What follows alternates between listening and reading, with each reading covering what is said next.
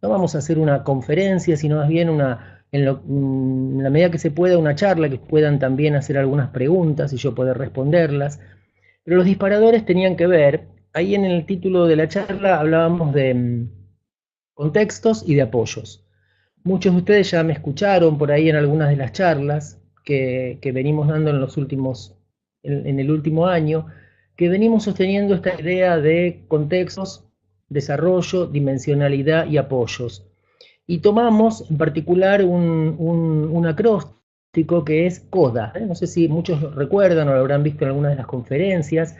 Y CODA justamente como una especie de palabra clave, ¿no? Como una especie de ayuda a memoria, ¿no?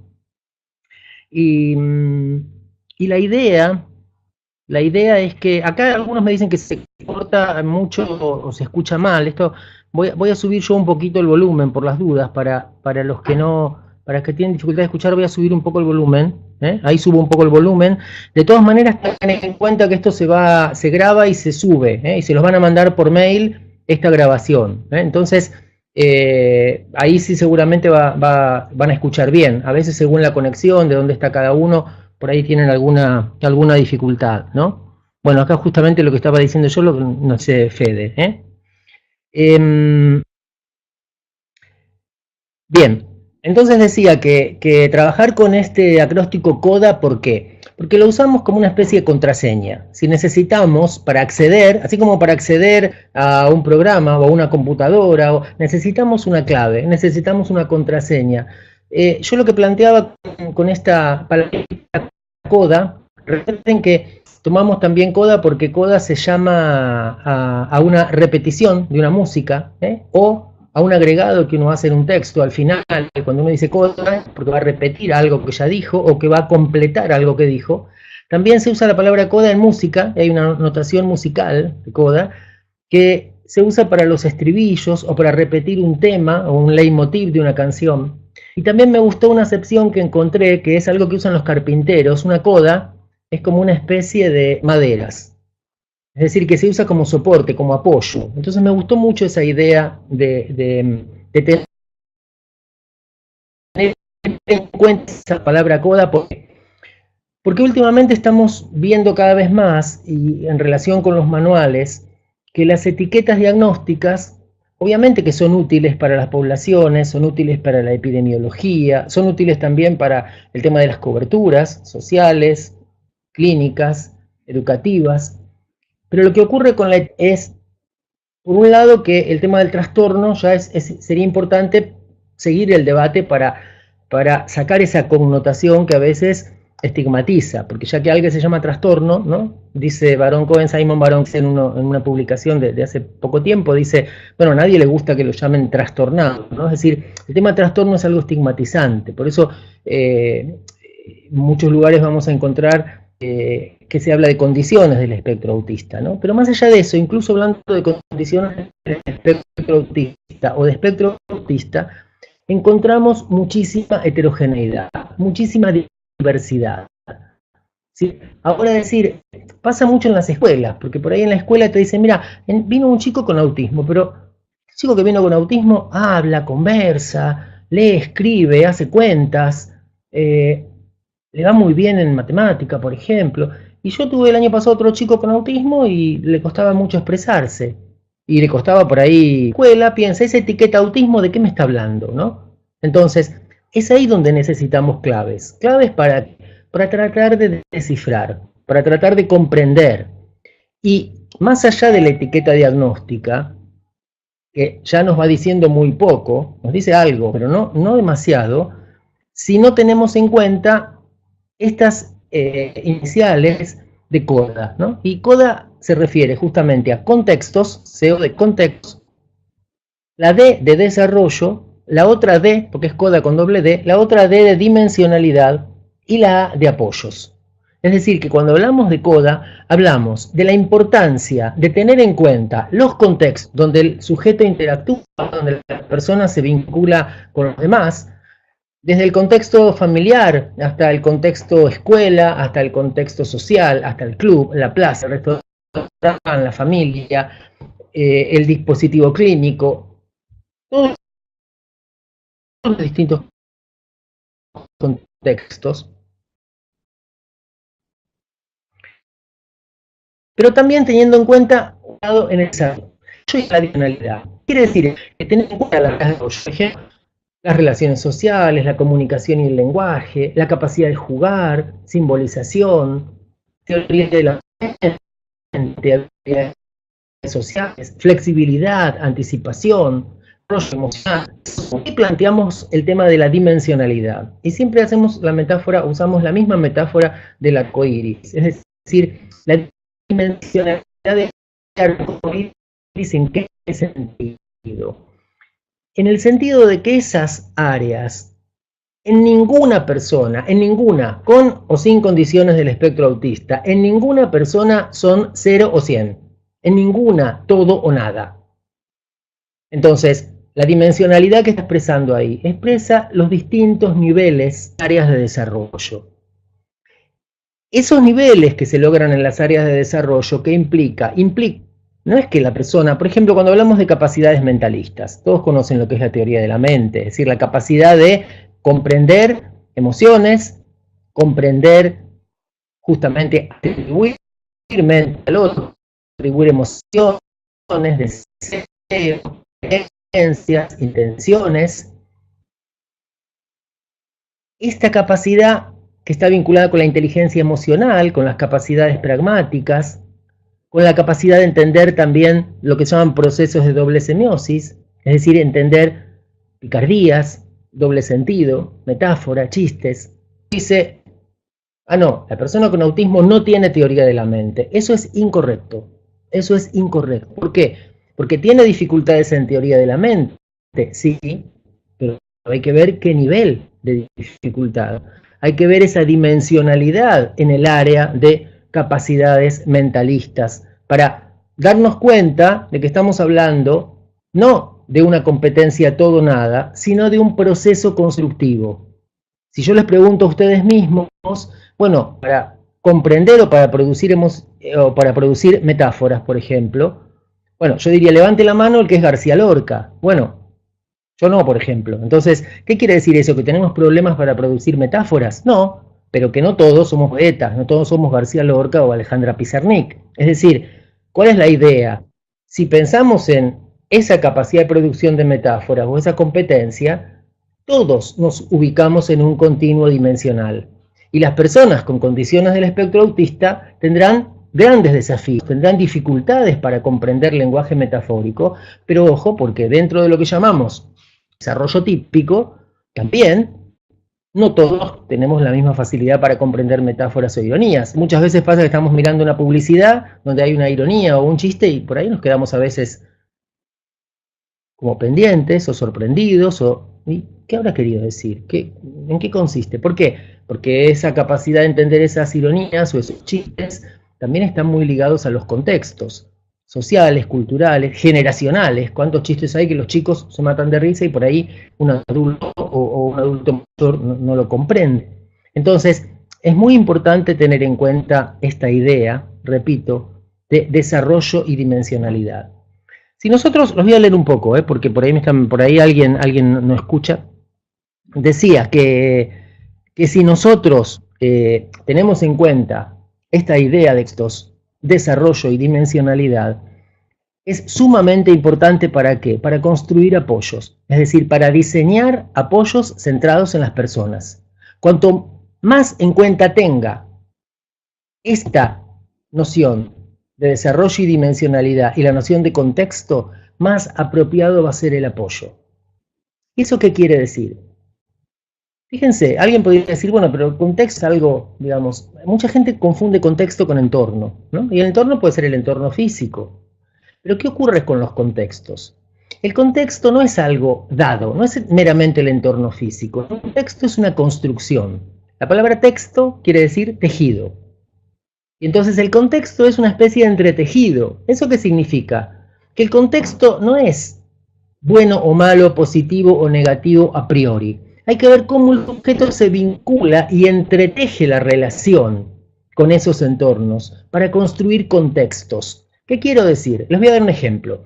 Hay chicos con espectro autista que son hipersensibles a sonidos. Y entonces, por ejemplo, incluso en el aula, les molesta mucho que los demás hablen en voz alta, o una sirena, o cuando mamá o papá ponen determinada música, o como yo daba el ejemplo en alguna de las charlas, una mamá que me decía, bueno, cuando viene a visitarlo un tío, hace un berrinche, pero ese berrinche ¿con qué tenía que ver? No con un capricho, es que el tío cuenta que tenía una voz muy potente, una especie de tenor. Imagina que cada día llega Pavarotti y te saluda, ¿no? Entonces, claro, para este nene era bastante molesto. Y la mamá, muy intuitiva, se dio cuenta y le dijo, mira, cuando vengas, no lo saludes a los gritos, no, está bien, vos sos muy efusivo porque tenés mucho cariño, pero vení y hace un gesto, pero trata de no hablar.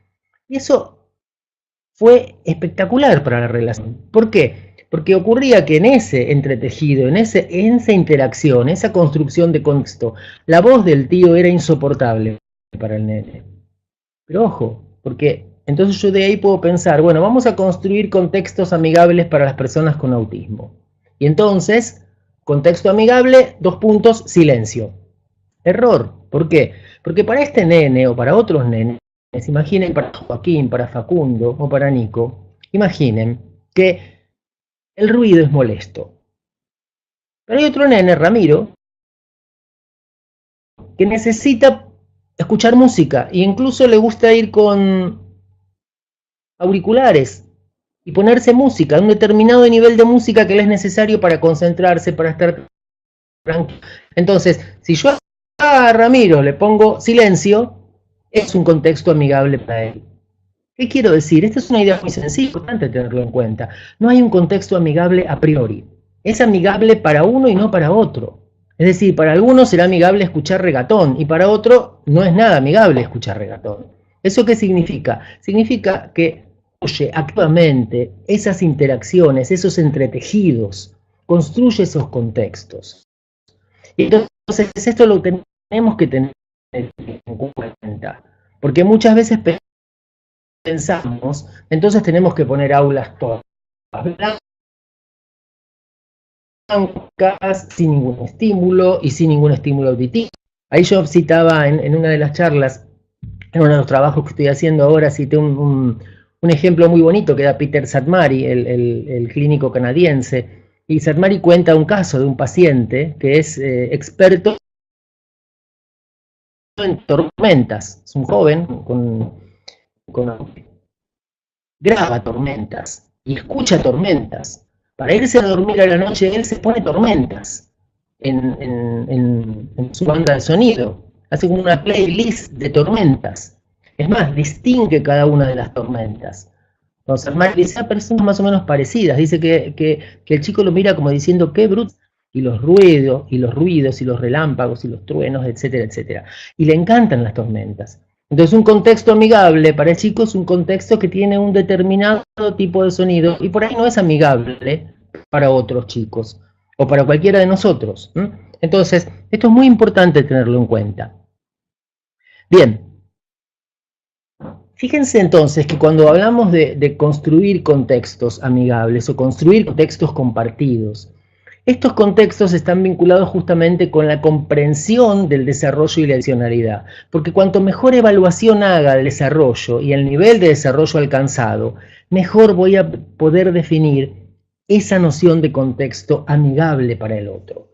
Y en ese sentido, cuando hablamos entonces de los apoyos, no voy a poder generar ningún tipo de apoyo si no hay apoyo centrado en la persona. Esto lo venimos diciendo hace mucho tiempo. Los apoyos no están centrados en los programas. Los apoyos no están centrados en las patologías. Los apoyos no están centrados en las etiquetas diagnósticas. Los apoyos están centrados en las personas, en sus intereses, en su potencial, pero también en sus deseos, en sus sueños, en las personas y en las familias, ¿no? Acá es muy importante esta idea, porque hay que tener en cuenta que cada vez se vuelve más importante, si uno ve la investigación actual, los trabajos actuales, el autismo en primera persona, es decir, tratar de escuchar a aquellas personas con condiciones del espectro autista que se pueden manifestar de una u otra manera. Algunos tienen lenguaje verbal, pero algunos no lo tienen. pero tratar de escuchar lo que significa, ponernos en el lugar del otro, con qué cosas disfrutan, qué cosas le gustan. ¿Mm? Hace poco me contaba una mamá que su hijo, a su hijo no le gustan para nada los regalos. Y si uno lo piensa, claro, alguien puede decir, bueno, pero a todo el mundo, a todos los chicos les encantan los regalos.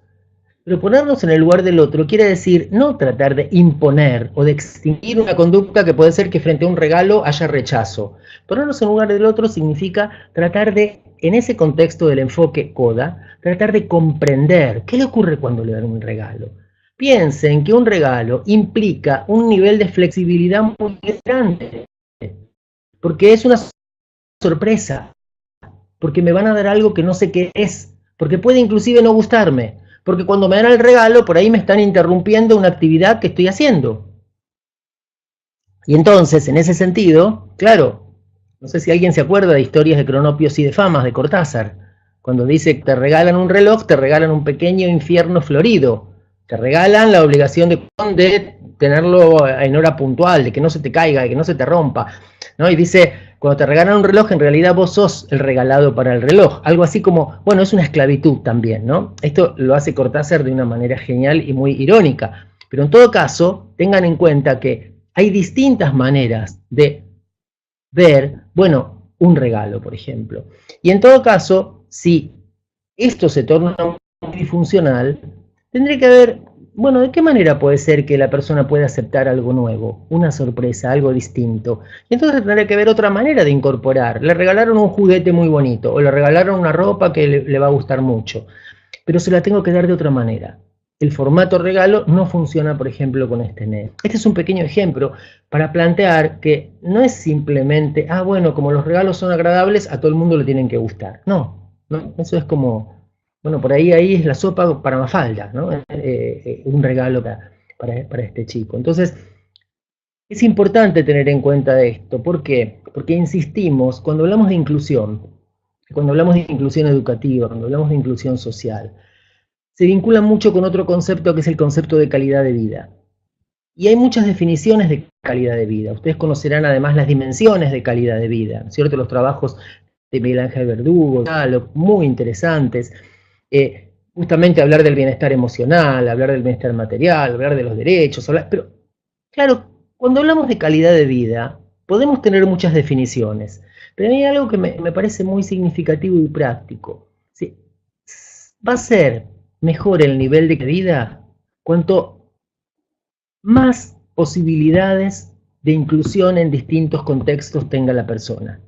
Es decir, cuanto mayor nivel de inclusión en diferentes contextos tenga la persona, mejor calidad de vida, más bienestar emocional, posibilidades de ser feliz. ¿Eso qué significa? Significa que yo tengo que proporcionar apoyos para ampliar contextos de participación. Proporcionar apoyos para la escuela, proporcionar apoyos para las fiestas familiares, proporcionar apoyos para salir a jugar a la plaza, proporcionar apoyos para ir a comer en uno de comidas rápidas, una hamburguesa o unas papas fritas, ¿sí? Proporcionar apoyos para ir al cumpleaños de la prima, porque le está molestando mucho ir a los cumpleaños, por ejemplo a Sofi. Entonces, el tema es, no voy más a los cumpleaños, o no voy más al club, no vamos más a la pileta, bueno, no voy más a la escuela. Eso, como decíamos en Ayudas para Aprender, ¿no? ¿Se acuerdan el cuento Casa Tomada? Como si hubieran tomado los distintos contextos y no pudiéramos participar de ningún contexto. La idea es tener en cuenta los contextos, tener en cuenta el nivel de desarrollo, la dimensionalidad, para crear apoyos que permitan romper barreras, para crear apoyos que permitan cada vez mayor nivel de participación. Y ahí tenemos una enorme responsabilidad, los docentes, los terapeutas, los equipos. Bueno, no sé dónde se cortó, pero yo lo que estaba diciendo recién, estaba hablando de los apoyos, y estaba hablando de que nosotros podemos ser expertos en una técnica, o ser expertos en evaluación, o ser expertos en tratamiento, o ser docentes y ser expertos en pedagogía o en enseñanza, pero tengan en cuenta que experto en Sofía, experto en Nico, experto en Juan y experto... es la familia y es el mismo. Es decir, tenemos que escuchar a las familias, tenemos que escuchar a los chicos. Esta idea de intervención o planificación centrada en la persona o planificación centrada en la familia no es un eslogan, es justamente para hacer un trabajo, para entretejer contextos significativos, para construir contextos amigables con otros. Esa es una posibilidad importante para poder dar apoyos que sean apoyos que le sirvan a la persona, justamente para poder estar incluido en la mayor cantidad de contextos posibles. Esta es un poco la idea del CODA. No sé si ahora están viendo. Bueno, acá Joana Aide Martínez, sí, Cola, ¿cómo estás? ¿Dónde estás? ¿En Colombia? Vamos a responder algunas preguntas vinculadas con este tema. Si no hablo solo y así me doy cuenta de que están por ahí. Claro, acá Silvina dice algo que es importante. Los apoyos no deberían centrarse solo en la persona o en la familia, sino en el medio social. Sí, pero la idea, los apoyos tienen que estar en todos los contextos. Pero una cosa es los apoyos y otra cómo lo planificamos. Lo planificamos tomando justamente el nivel de desarrollo de la persona, la dimensionalidad, los intereses, los sueños, los deseos, también las limitaciones, los desafíos, las dificultades. Entonces, esa es la idea, ¿no? Ahí nos centramos, pero evidentemente sí, los apoyos son apoyos la mayor parte de contextos posibles, como pide acá Silvina. Acá Claudia pone este tema de que qué ocurre cuando la familia no participa o tiene temor. Hay que tener en cuenta que hay que entender que las familias en general vienen, según cada familia, pero vienen muchas veces de experiencias de rechazo, de experiencias donde, claro, hay papás que te dicen, mira, ya es la escuela número 28 a la que voy a consultar, y me dicen que no hay vacante, o que no pueden hacerse cargo del tema, o que lo mismo les puede pasar en un club, y a veces lo mismo le pasa en su propia familia, ¿no? Dice, bueno, no lo invitaron al cumpleaños de la prima, ¿no? No al cumpleaños de la escuela. Entonces, claro, en ese sentido, es muy importante brindar apoyos a las familias también. Y además es muy importante otra cuestión que ya conocemos, que es que las familias se vinculen con otras familias. Es decir, por eso son tan importantes las asociaciones de familias, ¿no es cierto? Para que los padres, de hecho, hacen talleres de padres que son en general gratuitos en las asociaciones de padres, como APADEA, como Brincar, como la Asociación Asperger, distintas asociaciones, TG de padres, que justamente tienen que ver con esas redes de apoyo, ¿no? Acá Florencia plantea cómo definimos la palabra contexto. Decíamos que contexto no es aquello que está afuera, ¿no? No es el entorno meramente. El contexto siempre es una construcción. El contexto, decíamos antes que la palabra contexto quiere decir tejido o entretejido, ¿no? Es algo que se teje. ¿Y eso qué quiere decir? Que de repente, hay un ejemplo muy bonito en el libro de Leclerc, que habla de su hijo, ¿no? No sé si lo han leído, pero es un ejemplo muy interesante. Ella dice, el hijo de Hilde es un chico que tiene autismo, dificultades de lenguaje y muchos problemas según cuenta su mamá, problemas de conducta, discapacidad intelectual. Entonces dice, bueno, fue probando, digamos, cosas, por ejemplo, para ir al supermercado, que era todo un tema, empezó a hacer claves anticipatorias con objetos. Entonces, le anticipaba con una bolsa que iban al supermercado, con una bolsa de colores, imaginen, que iba al supermercado. Entonces, y eso sirvió porque era una especie de clave anticipatorio, como si fuera una agenda, pero lo que se llama objeto de referencia, ¿no? Entonces dice que una vez el papá le dice, mirá, tengo que ir al súper, y ella dice, no hay problema, vamos a mostrarle la bolsa que es un anticipador, no va a haber problema. Y la cosa es que cuando se vuelven a ver a la noche, dice, ¿qué tal el súper? Un desastre. El hijo había hecho toda la gama de conductas disruptivas pensables. Y entonces dice, ¿pero no le mostraste la bolsa? Sí, dice, le mostré la bolsa blanca. Dice, no, dice la mamá, la bolsa del súper es la bolsa de colores. La bolsa blanca es la bolsa que usamos para ir a la pileta. ¿Qué quiere decir eso? ¿Cómo entendemos eso? Justamente, las personas con autismo además tienen una cosa que es importante aprovechar como un potencial, que es la sistematicidad, ¿no? Para este nene, la bolsa de colores entretejía el contexto supermercado. Y la bolsa blanca entretejía el contexto pileta. Claro, el papá le muestra la bolsa blanca y lo lleva al supermercado. Es como que te digan, bueno, vamos a ir a comer afuera, o vamos a ir a pasear al cine, y después te meten en un supermercado, ¿no es cierto? Es como una tradición. Entonces, el tema es que ahí hay que tener muy en cuenta esa especificidad de cada objeto. ¿Por qué? Porque esta idea de contexto es una idea activa, ¿no? Teniendo en cuenta la idea de, justamente acá me hablan de contexto amigable, y recuerden que habíamos dicho que amigable es el contexto en función de cada persona. Lo que para mí puede ser amigable, para otra persona puede no ser nada amigable. A alguien le puede gustar, no sé, un determinado tipo de cine y sentirse muy bien ahí, y por ahí invitas a un amigo y te dice, esto es infumable, me aburre o no me gusta, ¿no? Entonces, eso ocurre y nos ocurre a todos, ¿no? Daniel, perdón, el libro, acá Mariela me habla de que repita el nombre del libro. Yo el nombre del libro de Hilde Leclerc, no dije el nombre. El nombre del libro de Hilde Leclerc es, me voy a fijar, pero se llama, tiene un título medio raro que es, mamá, ¿eso es un animal o una persona? Así es el título.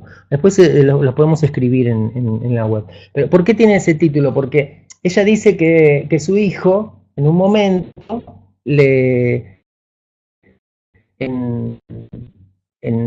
que iban en un tren, en un transporte público, y había una persona con muchos rulos, ¿no? Entonces lo vio con muchos rulos y le pareció como si fuera un cordero, una oveja, no sé. Entonces le preguntó, en voz alta además, le preguntó si era un animal o una persona. Y así titula Hilde ese libro sobre su hijo. Lo publicó, lo distribuye Autismo Ávila, el de Hilde Leclerc. Acá, este tema de la escuela, bueno, es todo un tema y tendríamos que darnos toda la tarde, ¿no? Eugenia pregunta sobre la escuela, hay varios más que preguntan sobre la escuela. El tema de la escuela es un tema importante, pero hay que tener en cuenta, nosotros venimos trabajando esto y lo estamos trabajando para el próximo libro que vamos a publicar, que justamente cuando hablamos de contexto tenemos que tener en cuenta los distintos sistemas, ¿no? Sistemas más micro, pero también sistemas más macro. Y ahí seguimos a Uri Bronfenbrenner, que es era un autor realmente muy interesante porque tenía esta idea de la ecología. Él decía la ecología del desarrollo humano. La ecología del desarrollo humano, ¿con qué tenía que ver? Con que no era solamente la persona, era la persona en contexto y atravesada por el tiempo. La persona en contexto, atravesada por tiempo, por eso él habla también de un cronosistema, un sistema temporal, pero también de un mesosistema, un exosistema, es decir, que los contextos están interactuando entre sí. ¿Y eso qué significa? Significa que no es ajeno al tema de cómo brindarle apoyos a Nico para ir a la escuela común, no es ajeno a este tema a las políticas públicas que se diseñan para la inclusión o para la exclusión de personas. Un Estado determinado y sus políticas públicas. ¿Qué quiere decir? Que las políticas públicas van a afectar a las familias, directa o indirectamente. Y entonces, estoy sobresimplificando, pero lo que va a decir Bronfenbrenner en ese sentido es, hay que tener en cuenta esa relación entre contextos. El desarrollo no se da en el vacío. El desarrollo se da en un contexto sociocultural, económico, político, y entonces es muy importante atender a esta cuestión. Nosotros hacemos mucho énfasis y en el libro nuevo también hemos expuesto bastante este tema. Yo publiqué, eso lo tienen en mi Facebook, lo pueden bajar de manera gratuita, un capítulo sobre la Convención Internacional sobre los Derechos de las Personas con Discapacidad, el artículo 24, ¿no es cierto? El artículo sobre educación inclusiva. Y hay que tener en cuenta que ya no es una cuestión de un microsistema, ¿no? Es una cuestión ya de leyes, de regulaciones, es decir, de el modelo social mismo que está planteando el tema de la educación inclusiva. No es ya que depende de una maestra con buena voluntad o de una directora con buena onda, es decir, es un sistema que tiene que ver con políticas públicas que deben justamente ir adecuándose, reorganizándose, moviéndose para cumplir ni más ni menos que con la ley, ¿no es cierto? Porque la idea de los apoyos bien tiene que ver con una idea de los derechos de las personas, ¿no? Hace poco en una de las redes ponían algo así como que lo ponían con muy buena intención, ponían que todos los chicos, para incluir que todos los chicos tengan las mismas oportunidades. Ojo, porque no es lo mismo la igualdad que la justicia en este sentido, que la equidad. Hay chicos que necesitan un tipo de apoyos y otros chicos necesitan apoyos diferentes, y entonces hay que tener en cuenta que no es lo mismo para todos. Hay diferentes tipos de apoyo que van a necesitar para poder justamente ser incluidos, para poder participar, para poder aprender. Acá el Facebook es Daniel Valdés, doctor Daniel Valdés, todo junto, y se entra de manera libre desde la comunidad, amigo, enemigo, no importa, todo el mundo. Dimensionalidad, Alejandra, hola Alejandra, ¿cómo estás? Alejandra dio ejemplos muy muy bonitos en el transcurso del posgrado, muy bonitos. Dimensionalidad nos referimos justamente a que las competencias del desarrollo, las habilidades, no son todo nada. No son todo nada. No es que alguien, como decíamos antes, no sé si vos habías escuchado, no sé, para producir metáforas, no todos somos García Lorca, yo decía. Es decir, no es 0-100, ¿no? Entonces, la dimensionalidad atraviesa el desarrollo en relación con todos los seres humanos, ¿eh? O sea, algunos pueden ser en competencias lógico-matemáticas. Bueno, por ahí algunos son sumamente abstractos, sumamente competencias altísimas, y otros por ahí, bueno, nos dan por ahí un problema matemático o una ecuación y tenemos dificultades para resolverla. Pero eso no significa que seamos 0. Tenemos un nivel y por ahí con apoyos digamos resolverla. Entonces, cuando hablamos de dimensionalidad, hablamos de esas tonalidades de arco iris que se encuentran en el desarrollo. Y es muy importante tenerlo en cuenta porque si no parecería que enseguida se pone techo al desarrollo, ¿no? No puede, no va a poder. ¿Por qué? Porque tiene autismo. No, eso es incorrecto. No podemos nunca explicar una conducta o una capacidad, una competencia por una etiqueta diagnóstica. Se debería hacer porque sabemos que las personas nos sorprenden más allá de las etiquetas, nos van sorprendiendo con aprendizajes, con adquisiciones. Aquí estoy viendo a Pamela, estoy viendo a Silvina, estoy viendo a Leslie, Fernanda, mamá de Pedro, Alejandra que me contesta. A ver, alguna otra pregunta. Leslie, que es maestra integradora. La ecología de la intervención. Irene, estoy hablando de la ecología del desarrollo, la noción que trabaja Uri Bronfenbrenner. Y esto es un marco para lo que se llaman enfoques socioconstructivistas o enfoques del campo de la psicología cultural, ¿no? Que están muy influidos justamente por Vygotsky, por los neovygoskianos, y vamos a encontrar autores que tienen en cuenta justamente a los contextos socioculturales y cómo impactan en el desarrollo en general, pero los tenemos en cuenta también para las condiciones del espectro autista. Sí, lo que dice Alejandra, el tema del debate, qué palabras se ponen, o sea, eso cada uno tiene derecho a usar la palabra que más le guste en relación con su propia condición, obviamente, pero lo importante justamente es tratar de crear esos contextos amigables, ¿no? Y de respeto. Andrea, de ITEA Río Gallegos, Santa Cruz. Bueno, hace mucho que no voy por ITEA, pero he ido mucho tiempo, he trabajado mucho con todos los profesionales y las familias de ITEA que han hecho, cuando todavía no existía ITEA, que han hecho un trabajo precioso. Ahí empezaron Carolina, Vilma, tengo muchísimos recuerdos, muy bonitos recuerdos. Y bueno, muchas mamás y papás que están ahora en la actualidad. Claro, acá Marina habla del diagnóstico. Por supuesto que el diagnóstico es muy importante, pero el diagnóstico usado para comprender, para tratar de entender, para poder intervenir mejor, ¿no? Y es muy importante tener en cuenta cómo se usan esas etiquetas, porque a veces en las escuelas no se usan de manera adecuada. Entonces es muy importante poder, más que la etiqueta diagnóstica así, como si eso fuera algo mágico, sino justamente de hablar en la escuela acerca del desarrollo y acerca de la dimensionalidad, porque eso nos va a dar herramientas tanto para la evaluación como para poder intervenir en el desarrollo. Bueno, Vamos a ir terminando. Yo los recuerdo para los que hay muchos que han hecho el diploma superior nuestro en necesidades educativas y prácticas inclusivas en trastornos del espectro autista, en Flaxo.